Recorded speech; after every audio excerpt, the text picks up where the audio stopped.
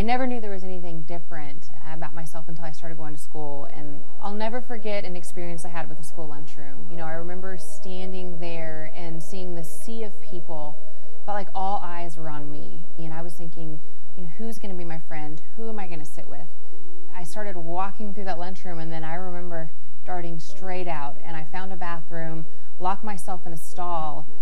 But in those moments is when I really believe that that's where the lie was sown, that who I wasn't good enough. You know, as we all do, I grew up and I grew out of the insecurities, had great friends, great childhood.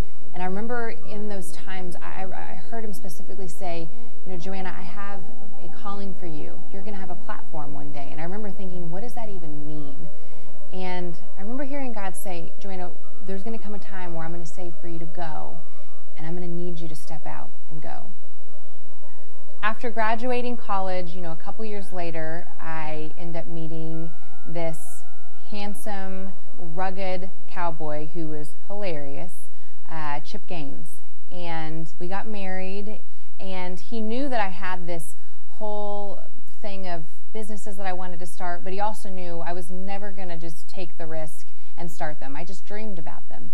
And he really encouraged me to step out and make one of those dreams happen. And we opened Magnolia Market together, and I loved it. You know, but at that time I was also pregnant with my second child, and I really felt like God was saying, hey, I want you home. I want you raising these babies at home at this age. And I remember the last day, you know, we're closing the shop down, and I'm crying because, again, I feel like it's the end of a dream. And I hear God say very clearly, he said, Joanna, if you trust me with your dreams, I'm going to take Magnolia further than you could have ever dreamed. So just trust me. And I remember hearing that and feeling completely peaceful about it. And I walked away. Well, a couple years ago, we get this call from a production company, and they ask us to film a quick video of our family and what we do as a business, and that turned into the show that we have now. You know, Chip and I laugh. We look back and we just go, how did this all happen?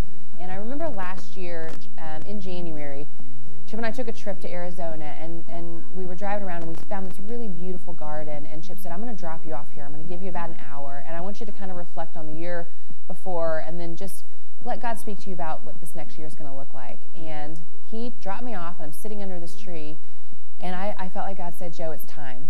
And I was like, time for what? And he said, it's time to reopen your store. And I said, I don't think I can do that. And just cool and calm, no, it's time.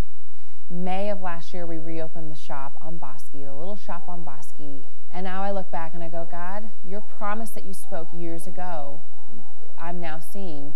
I trusted you with my dream, and you've taken it far beyond what I could have ever dreamed or imagined. You know, I can look back now in the pattern of my life and really believe God has a purpose for me, but he also has a purpose for you. And on the other side of that is the enemy, where he knows where to hit. He knows to hit below the belt. He's going to have that fear be, if you fail, and what if you fail in front of all these people? What if you fail and don't find someone in that lunchroom? What if your business fails? Whether it's you're staying home with your children and you're raising beautiful babies, or you're the CEO of a multi-million-dollar company, let God speak into your life. Let his Father heart come and say, this is what I have for you.